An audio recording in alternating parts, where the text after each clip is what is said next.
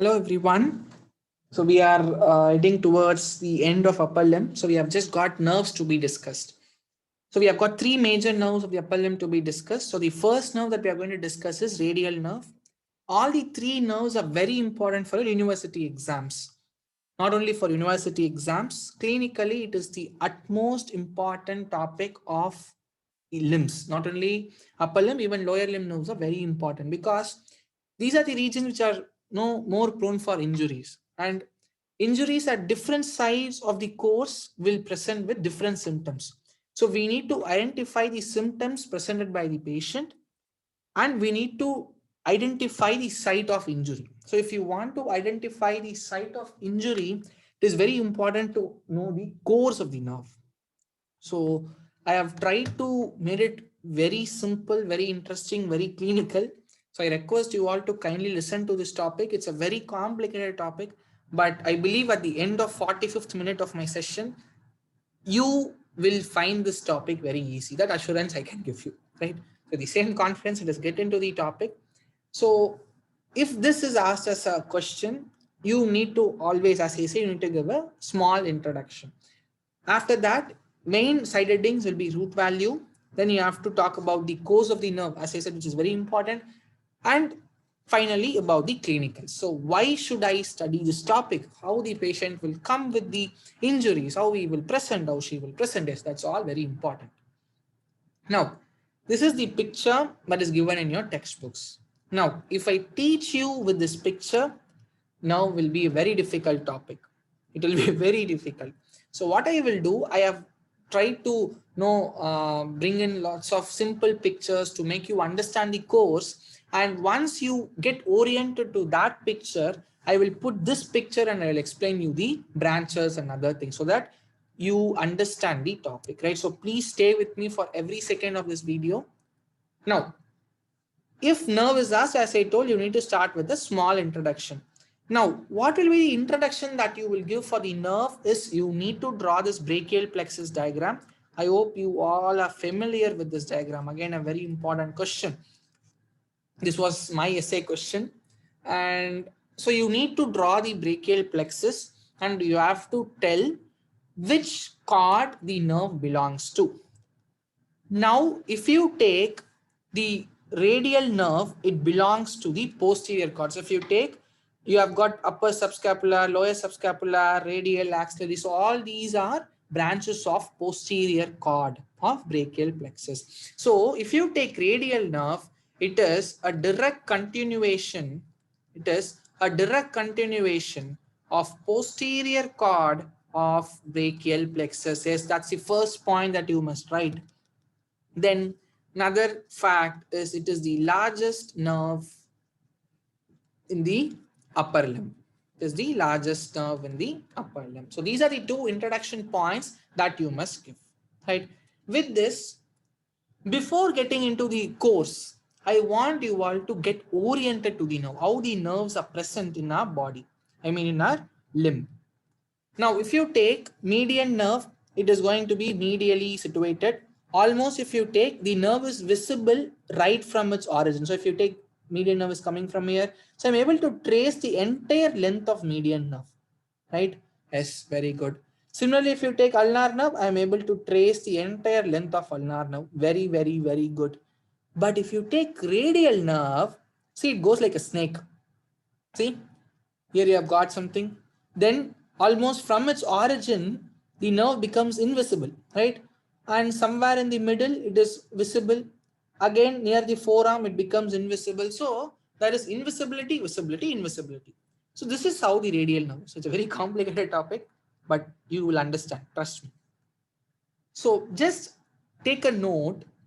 During the initial course of the nerve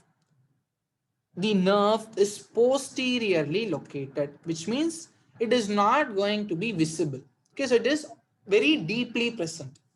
Then almost in the mid of the arm, it is going to be anteriorly present. Okay, so I am be able to appreciate the structure. Then in the forearm, again it becomes invisible, again it becomes visible. So there is this posterior located, then it becomes anterior located for some time, again it becomes posterior located. So first get oriented to this. Okay, so it is deeply present, then anterior, then again it goes deeply. So this is how you need to understand the course first, right? I hope we are clear. So please get this diagram into your mind so that you'll be able to understand the course. So as said in the first diagram, we'll be discussing the course at three regions: axilla, arm, and the forearm, right? So please stay. Now, as usual, in the objective, the first heading was root value, right? So if you take root value, the root value for radial nerve is C5 to T1. So if you take the roots arise from C5, C6, C7, T8 and T1, a very important point to note here is T1 is not constant. It is not a constant entity. Okay, T1 is not constant, right? So this is the root value that you must write. Then let us get to the course. So the first is the axilla. So it is very simple course. I have not put any external diagrams. So I have not taken diagrams from any external source. But what I want to tell is, as I told, when you study course of a nerve, try to study its relations, try to study the branches given by it. So both of these are very important. Now first let us talk about the relations. So if you take the relations, the axillary nerve, the radial nerve in the axillary region, it is sandwiched between the axillary artery and the posterior wall axillary muscles. What happens? It is sandwiched between the axillary artery and the posterior wall axillary muscles. So this is my axillary artery. This is my nerve. These are my muscles. For example, teres minor, then latissimus dorsi, etc.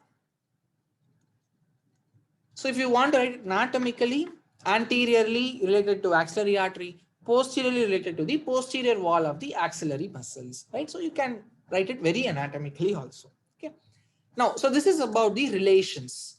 Now talking about its course, the branches, it gives rise to one sensory branch and it has got two motor branches. It has got one sensory branch and two motor branches.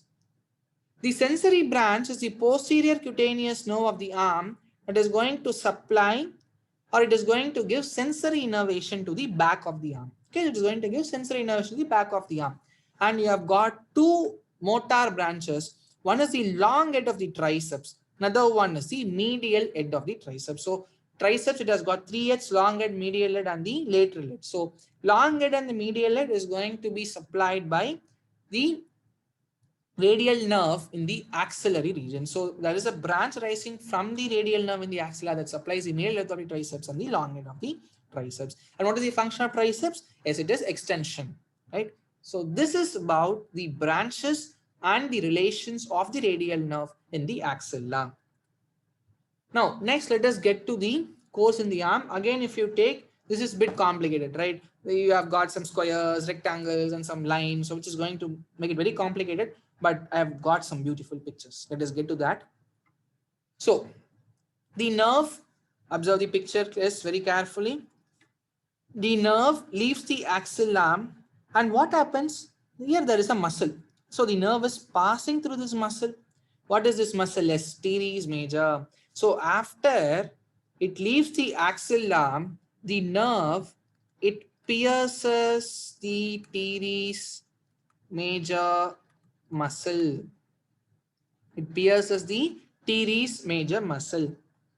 So why it pierces? It pierces the teres major muscles and enters into the lower triangular space. So in the initial sessions, we would have dealt about the subscapular spaces, the upper triangular space, the quadrangular space, the lower triangular space. They would have taught you about how to remember the spaces, the boundaries and all. Right? So I'm not going to get into the details of it because I have got shortage of time. So the radial nerve from the axilla, a very important landmark, it pierces the teres major muscle. After it pierces the teres major muscle, it is going to get along the lower triangular space. So what are the contents of lower triangular space? Yes, I hope you all remember. It is radial nerve along with a very beautiful artery that is called 𝗵𝗏𝒴𝗂𝗃𝗃 artery. Again, it is a branch of brachial artery. So 𝗵𝗏𝒴𝗃𝗃 artery. So it is going to accompany the 𝗵𝗏𝒴𝗃 artery in the lower triangular space, and it is going to enter into another landmark that is called spiral groove. So just observe PSS teres major lower triangular space. From there, it is going to lodge in the spiral groove. So this is the posterior aspect of the humerus, and in the posterior aspect of the humerus, you will have a groove called a spiral groove. So what are the boundaries of spiral groove? Yes, this picture is a very beautiful picture that says the boundary. So this is the spiral groove. So above, if you take, I've got the lateral head of the triceps. Below, if you take, I've got the medial head of the triceps. And anteriorly, if you take, there will be shaft of the humerus. So if you just reverse the humerus and see, you will be having shaft of the humerus.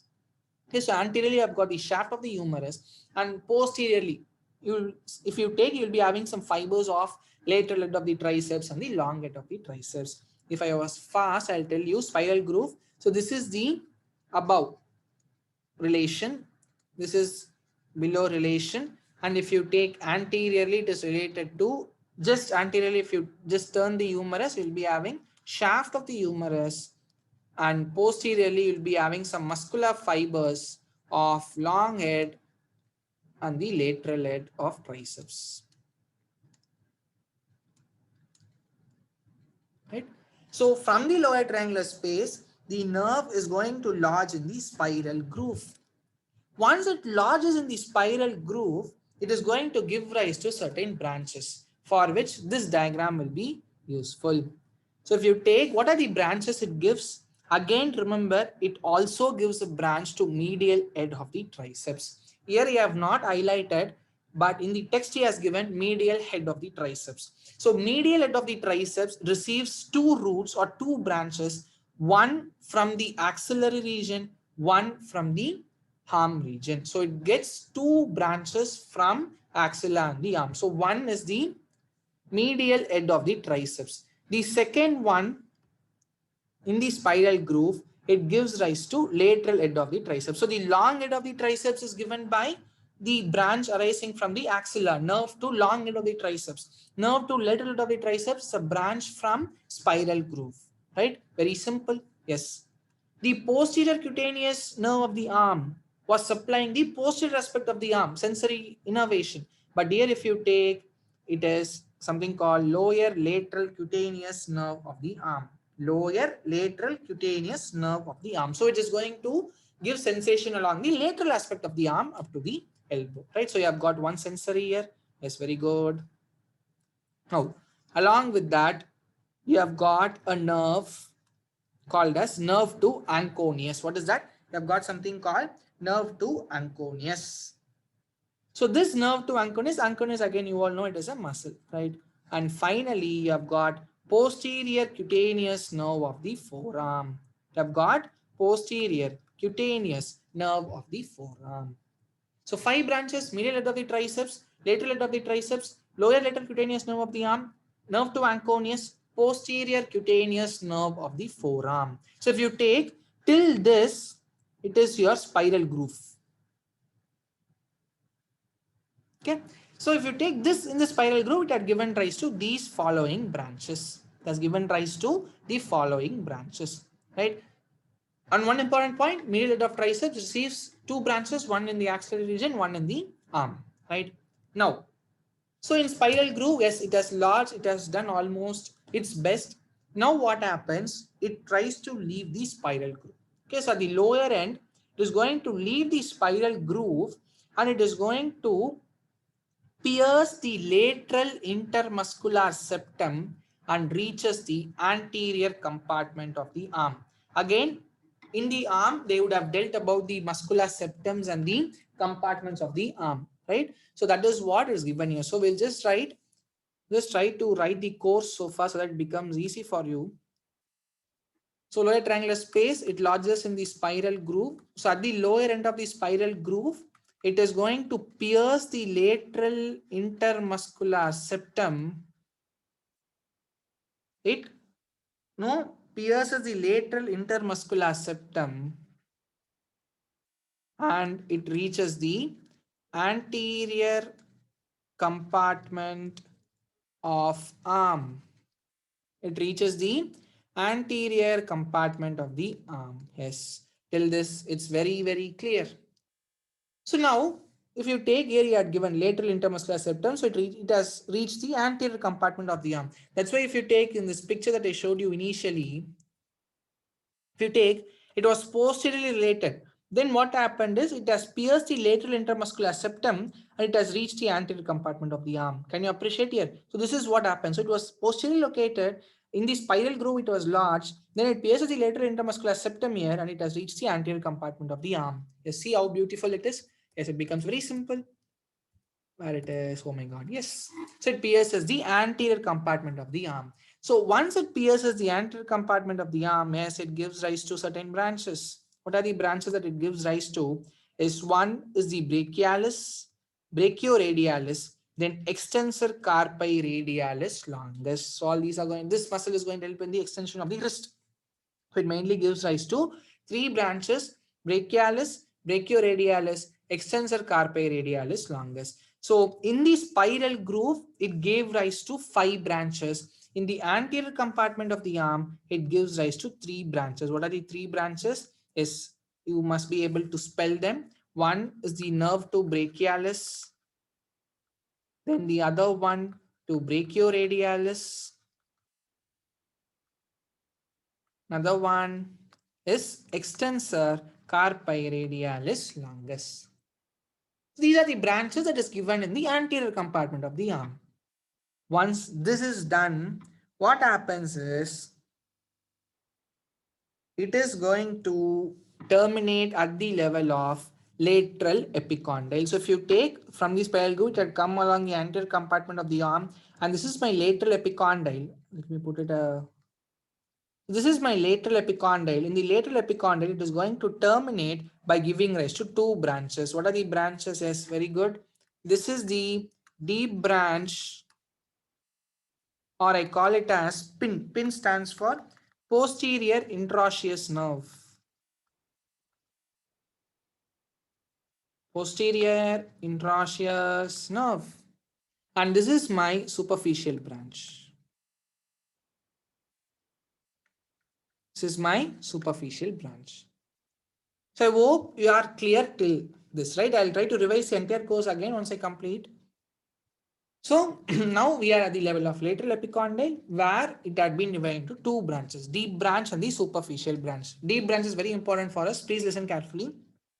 What happens to this deep branches? First, it supplies 2 muscles. Can you appreciate? This is the supinator muscle that is present here. Along with that, it also supplies another muscle, extensor carpi radialis brevis. Extensor carpi radialis longus was given at the anterior compartment of the arm, at the level of anterior compartment of the arm. But what happens? This nerve to extensor carpi radialis brevis happens at the elbow level, at the lateral epicondyle level. Okay, so what happens? It first supplies these 2 muscles. What are the muscles? Supinator muscle and extensor carpi radialis brevis. Once it supplies these 2 muscles, so let me write the course, it becomes easy for you. So it supplies supinator and extensor carpi radialis brevis. Once it supplies these 2, it pierces the supinator. Just observe the picture.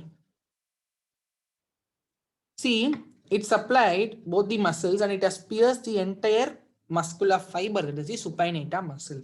So it pierces the entire length of the supinator. Why it has to pierce? To enter the posterior compartment of the forearm.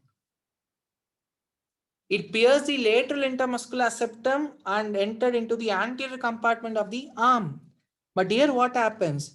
It pierces the supinator muscle and enters the posterior compartment of the forearm. It enters the posterior compartment of the forearm for what? What muscles are there in the posterior compartment? As you all know, they are the extensor muscles. So it enters the posterior compartment of the forearm and supplies all the extensor muscles.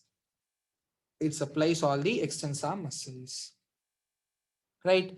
And also it is going to give some inputs to the wrist joint, to the metacarpophalangeal joint, to the other joints that are present there, distal radial ulnar joint, etc. Right? So this is what happens to the deep branch, right? So deep branch, it supplies two muscles, ECRP supinator, PSSE supinator. It enters the posterior compartment of the forearm to supply all the extensor muscles. Yes, very good. Now what this superficial branch done? The superficial branch has got nothing much to do. What happens is, initially, it is going to supply certain muscles like, pronata teres. It is not going to supply, but it is going to be related to, okay, here I haven't got any picture, okay. Pronata teres, then it is related to supinator. If you appreciate the picture, it is related to supinator, pronata teres, and it is going to get deeper initially. Okay, it is going to go deep to the brachioradialis, right? Then what happens? So for some time it goes deeply. So what happens? It runs downwards along the supinator muscle, along the pronata teres, then it goes deeper into the brachioradialis. And almost proximal to the wrist, right? Almost proximal to the wrist, what happens is, see, suppose till this it would have been deeper. Okay, so it goes under the brachioradialis and almost your Vishram Singh says 7 centimeter, but proximal to the wrist, okay, few centimeters away from the wrist, this superficial branch of the radial nerve is going to slowly come up. It is going to be superficially present and it is going to reach the anatomical snuff box. It reaches the anatomical snuff box and it is going to give sensory innervation to lateral 3.5 digits except nail bed. I'll show you in the next picture. Hand, I only dealt. There we would have seen the nerve innervation of the hand, right? So the lateral 3.5 digits except nail bed is given by the superficial terminal branch of radial nerve. Very important thing is its relation with the anatomical snuff box.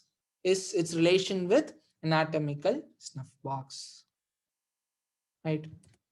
Now see. This is the superficial branch. So around few centimeters proximal to the wrist, this is going to come superficially cross anatomical snuff box to supply the dorsum of the hand, lateral side of the dorsum of the hand, and lateral 3.5 digits except the tail bed. So this is a very beautiful picture. Ulnar nerve, medial 1.5 fingers. Whereas if you take radial nerve, supplies the lateral 3.5 dorsum of the hand and also the digits, but except the nail bed. So nail bed is going to be supplied by the median nerve. That we'll see in the next session, right? So this is the course. So to just revise the entire course, let me get to the first picture. Yes, this is the picture. So we have got the root value. Let me just write the course by giving you a quick recap. We have got the root value, then in the axilla it gives rise to 3 branches, then it pierces the teres major, it enters into the lower triangular space. Once it enters, so along with the profunda brachii artery, it enters, then it is going to be related to the spiral groove. So in the spiral groove, so I'll write spiral groove here. So these are the words that you must know. In the spiral groove, it gives rise to 5 branches. What are the branches? That's very good. One is the medial head of the triceps. Next is the lateral head of the triceps. Next is the lower lateral cutaneous nerve of the arm. Next one is anconeus. One sensory, that is the posterior cutaneous nerve of the forearm. At the bottom aspect of the spiral groove, it is going to pierce the lateral intermuscular septum. Then it is going to reach the anterior compartment of the arm. Once it reaches the anterior compartment of the arm, as it supplies, what are the muscles? Brachialis, brachioradialis, external carpi radialis, longus. Then at the level of the lateral epicondyle, it divides into 2 branches. What are the branches? Yes, it divides into deep terminal branch of the posterior interosseous nerve and the superficial branch. The deep branch initially supplies supinata and extensor carpi radialis brevis, right? Then it is going to pierce the substance of the supinator and it gets to the posterior compartment of the forearm. Posterior compartment of the forearm. So all these are the keywords that you must know. Posterior compartment of the forearm supplies all the extensor muscles. As the superficial branch, it is going to run along the supinator, pronata teres. Then it gets deeper to the brachioradialis, then proximal, few centimeters proximal to the wrist, it emerges superficially, crosses the anatomical snuff box, and it is going to supply the skin over the lateral aspect of the dorsum of the hand and the lateral 3.5 digits, except nail beds. It's such a beautiful course. I hope I made it simple. If you have not understood the course, make sure you keep the video in a repeated mode so that you get the course very clear. Only if you get the course clear, you'll be able to reproduce this diagram and you'll be able to write the clinicals, right? Yes, let us get to clinicals. So we saw three important sites, right? Axilla, arm, forearm. So we are going to study about the injuries at axilla, injuries at the spiral groove, because it gives rise to some majority of the branches. Then at the level of elbow, very, very, very important. I tried to actually insert some videos for clinical aspect, but I was a bit scared of copyright issues, so I did not want to post. If you want, you can go and search in the YouTube. It is available, right? Now, what happens if the nerve injures at axilla? Let us get to the course and relate so that we will be able to understand. So say suppose the nerve gets damaged somewhere here. Let me use an highlighter. Say suppose it has got damaged here. So the nerve had got damaged somewhere here in the axilla, then it would not be in a position to supply any of these muscles. It would not be in a position to supply the extensor muscles of the forearm, then the triceps of the arm, then the brachialis, brachioradialis, extensor carpi radialis longus. It will not be in a position to supply any of the muscles. So there will be loss of extension at different size. So where all you can have loss of extension? Yes, you can have loss of extension first at the elbow. Why you can have loss of extension at the elbow? Because due to paralysis of triceps muscle. Just now we saw, right? So you can have loss of extension at elbow because of paralysis of triceps muscle. Then there can be loss of supination. Because we saw just now the posterior interosseous nerve is going to supply the supinator muscle. Now, if the injury is at the axilla, we will not have any branches therefore, right? So we will have loss of supination because of paralysis of supinator muscle. Then very important is this phenomenon for which I want to include a video, but I was not able to, I'm sorry, just called wrist drop. Which is called wrist drop. So mainly if you take extensors of wrist, you will have extensor carpi radialis brevis, extensor carpi radialis longus. So both of these muscles receive their branches. One is received above the elbow, another one is received in the forearm. So both of these are lost. If you appreciate, one receives at the arm, somewhere above the elbow, another one is going to receive in the forearm. So both will be lost. So wrist extension will not be there. And very important thing, in the wrist drop, along with loss of or the paralysis of the extensors, there is unopposed action of flexors. Which nerve is going to supply the flexors? As that's it tomorrow, I mean the next day's class, flexors are supplied by the median nerve. It is supplied by the median nerve. So here if you take the extensors are supplied by the radial nerve, so there is paralysis. So what is going to happen as a result? There will be wrist drop. So loss of extension accompanied by unopposed flexion. Right? So these are the three important motor loss that will happen if a nerve gets injured at axilla. What are the sensory loss? Sensory loss, very simple. There will be loss of posterior cutaneous nerve of the arm. So sensory loss will be there at the posterior aspect of the arm, lateral aspect of the arm, forearm, and even at the dorsum of the hand. So now there is something called isolated sensory loss, which says the sensory loss is mostly confined along the region of the thumb. Okay, so just note this point, but along with this, you have got sensory loss along the posterior aspect of the arm and lateral aspect of the arm, which is supplied by the lateral cutaneous nerve of the arm, which is a branch of arising from spiral groove, right?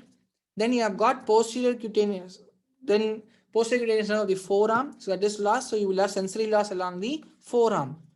then obviously the superficial branch is going to supply the lateral 3.5 aspect of the dorsum of the hand. So that is lost. So there will be sensory loss everywhere. But there is one point called mostly the entire dorsum of the hand is not going to be lost, but only region around the thumb is going to suffer from sensory loss. That is what is called isolated sensory loss. So these are the points that you must know. So unless until you know the course, see, I told you there is sensory loss at the posterior aspect of the arm because posterior cutaneous nerve of the arm supplies the sensory sensation to the posterior aspect of the arm. So that's how you need to relate the branch along with the clinical symptom. Right. So if a patient comes with all the symptoms, I should suspect injury at the axilla. Next one, injury at the spiral groove or at the shaft of the humerus. So when I told about spiral groove, I told you anteriorly it is related to the shaft of the humerus. So very common, we can have fracture of the shaft of the humerus. So there will be injury of the radial nerve, which is lodged at spiral groove. So there can be fractures due to accidents or some sport accidents, any form of accidents. But there is one thing that is shown in the picture that is called Saturday night palsy. You have got Saturday night palsy. You have got something called honeymoon palsy. What is honeymoon palsy? If partner is going to lie on our arm for the entire day, then there can be some damage. Right? Saturday night palsy, if you appreciate this picture, mostly seen with drunkard people, just observe the arm is rest on the back of the chair, right? So it is pressed against the back of the chair. So there are huge chances for nerve irritation. There can be injury to shaft of the humerus or the spiral groove. So that is why it is called Saturday night palsy. So usually, people tend to drink at Saturday night at parties and they get to these kind of position and damage their nerves. That's why it is called Saturday night palsy. So again, if you take what are the symptoms of Saturday night palsy, you will be having wrist drop.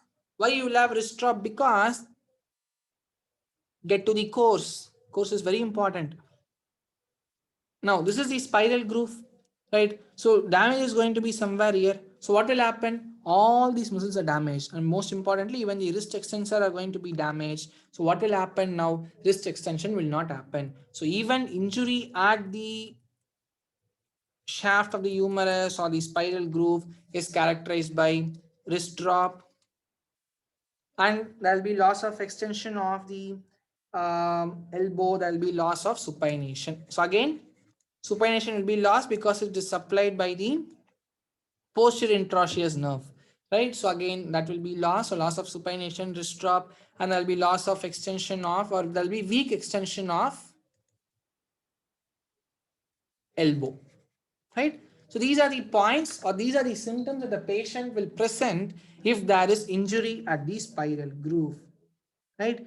But if you take, will he have any sensory loss at the posterior aspect of the arm or the lateral aspect of the arm? Mostly not. You will not have any sensory loss at the posterior aspect of the arm. Even lateral aspect of the arm is very rare. Okay, so mostly can have on the lateral aspect of the forearm, and it can have at the hand. Okay, but it cannot have no sensory loss at the posterior aspect of the arm. A very important point that you must know, right? That is with respect to injury to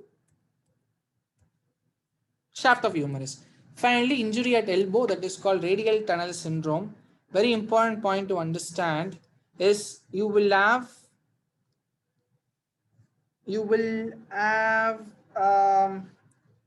there will be loss of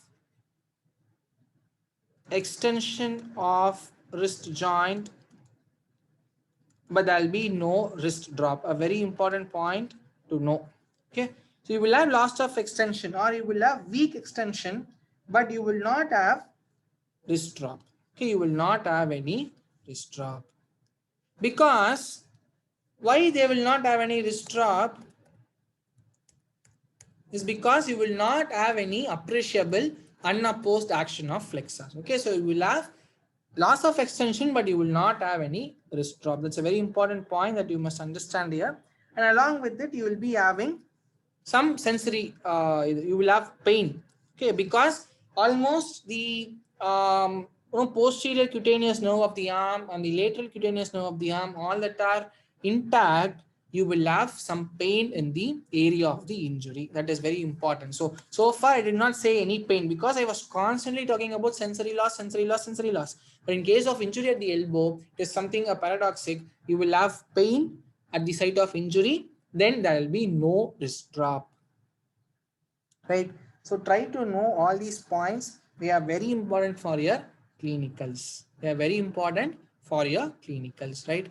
So this is with respect to the course and the clinicals. I hope I made this session interactive. I made this session understandable. That's the most important thing. If you have any doubts, you can post in the comment box. I'll try to clarify all of them. Meet you some in the video. Until then, take care. Tata. Bye.